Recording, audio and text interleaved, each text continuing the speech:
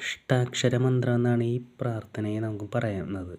ഇത് ചൊല്ലിക്കഴിഞ്ഞാൽ ഒരുപാട് ഗുണങ്ങളുണ്ട്. ഇത് ചൊല്ലേണ്ട രീതി ഒരു വ്യാഴാഴ്ച വേണം ചൊല്ലിത്തുടങ്ങാൻ.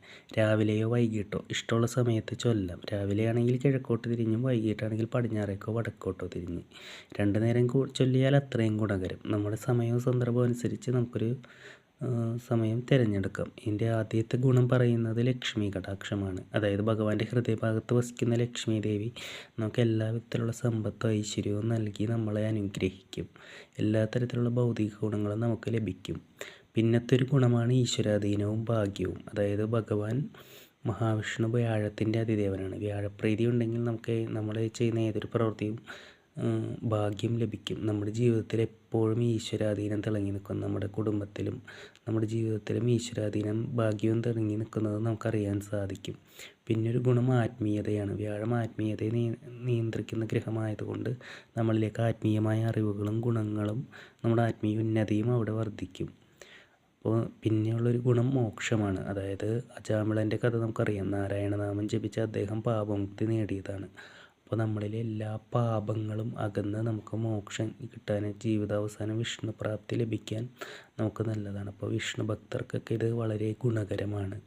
ചുരുക്കി പറഞ്ഞാൽ നമുക്ക് ഭൗതികവും ആത്മീയവുമായ എല്ലാ ഗുണങ്ങളും ഇതിൽ നിന്ന് ലഭിക്കും. സർവ്വധന സമ്പത്തുകളും ഐശ്വര്യവും ലഭിക്കാനായിട്ട് ഇത് വളരെ നല്ലതാണ് ഈ ജപം. മാത്രമല്ല നമുക്ക് ആത്മീയമായിട്ടുള്ള ഉന്നതിയും ലഭിക്കും.